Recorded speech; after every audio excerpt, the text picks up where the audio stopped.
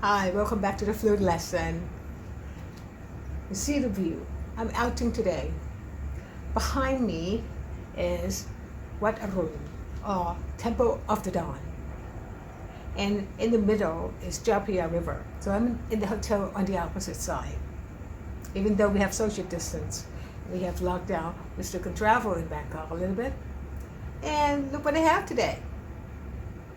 Here, this one is another side-blown flute. It's called Baroque flute, or it has many names, by the way.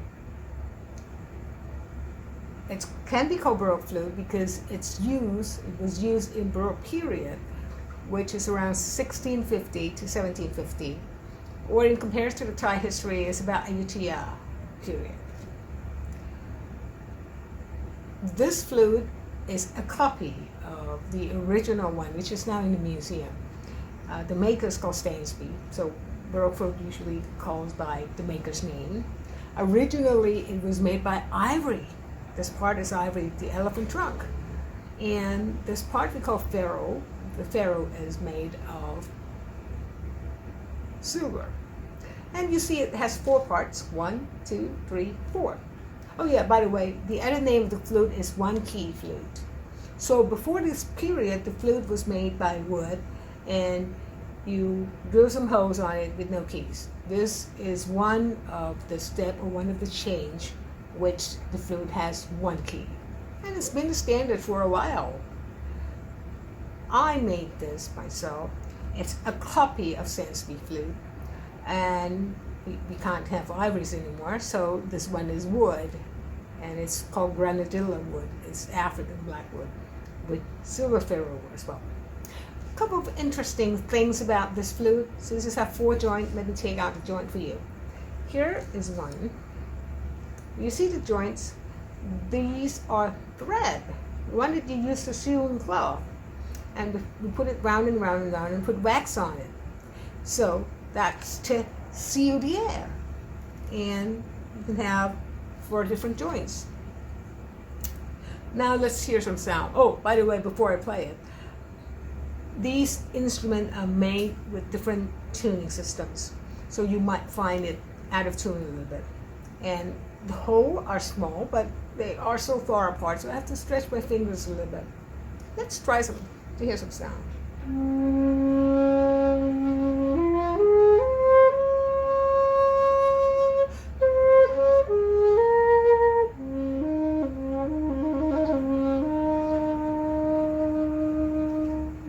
Now, there are many experts on Baroque instrument, or that is also traverso, in which many flutists would think that is a different, they call it different animals, or a different instrument that the flute will be played today. You might find that it sounds a little bit off, and there are lots of theories on how to put it back and forth to make the tuning in tune with the current instrument. Okay, that's a little introduction to the ancestor of the flute today. Let's go to make some tune.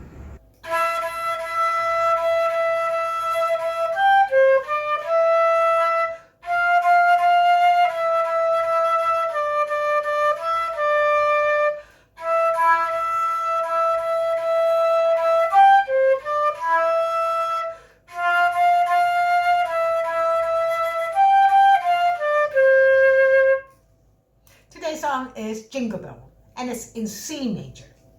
Now there are 5 notes in this song. Let's review the fingering first. First note is a C.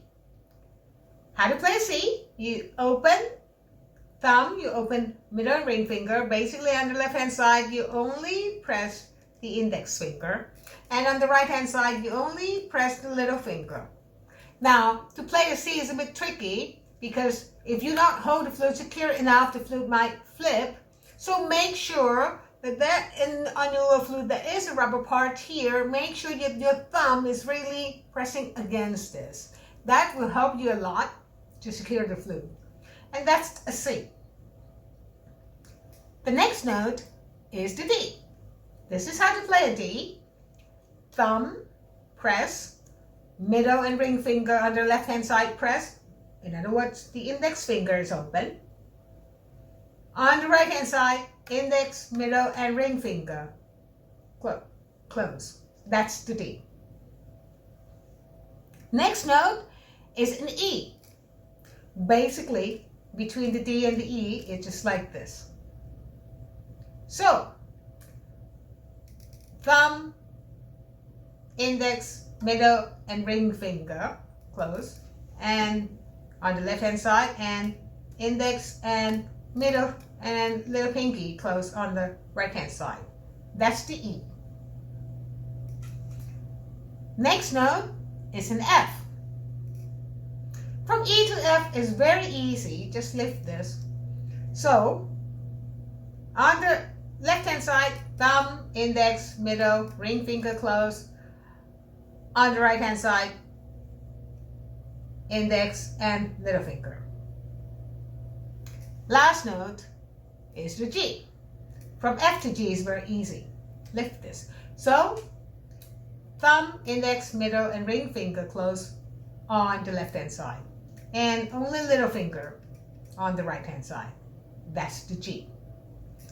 Now let's do some music reading. What is the first note? Remember F, A, C, E, face? The first note is in the space. So imagine if this is a 5-line staff, first line, second line, third line, fourth line, and fifth line.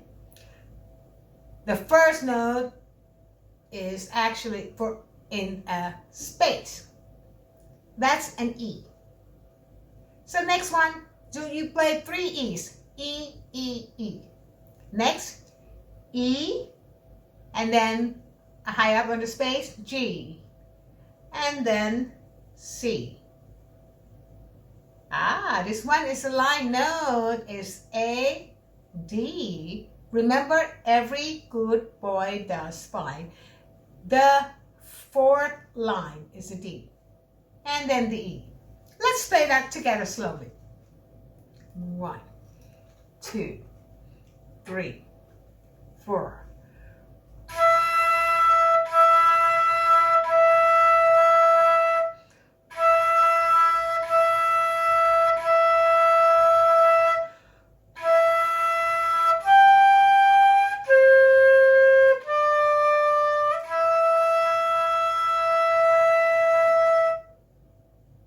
Can you follow? Next group of notes.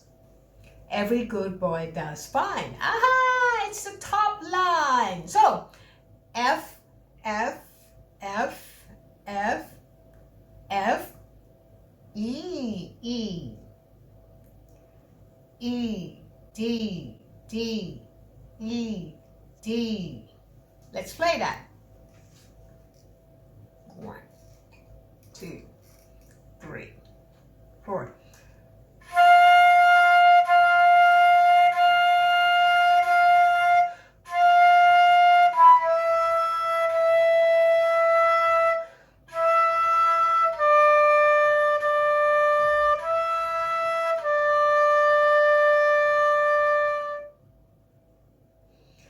Shall we play from the beginning to here? 1, 2, 3, 4.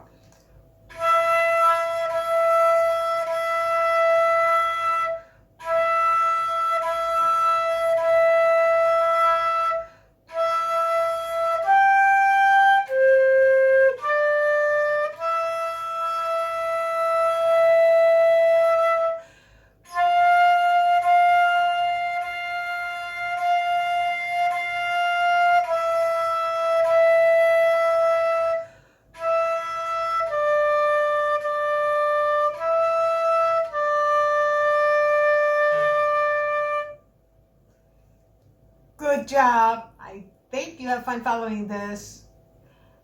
Next is the same as the beginning, so I'm going to skip that. But let's go toward the end. This part.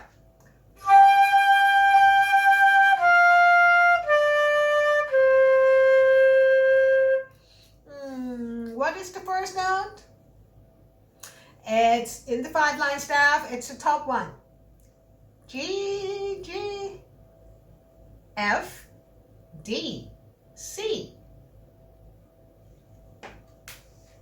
Let's try that slowly again. 1, 2, 3, 4.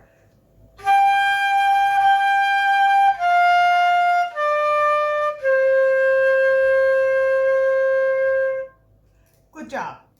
Shall we play the entire song? 1, 2, 3, 4.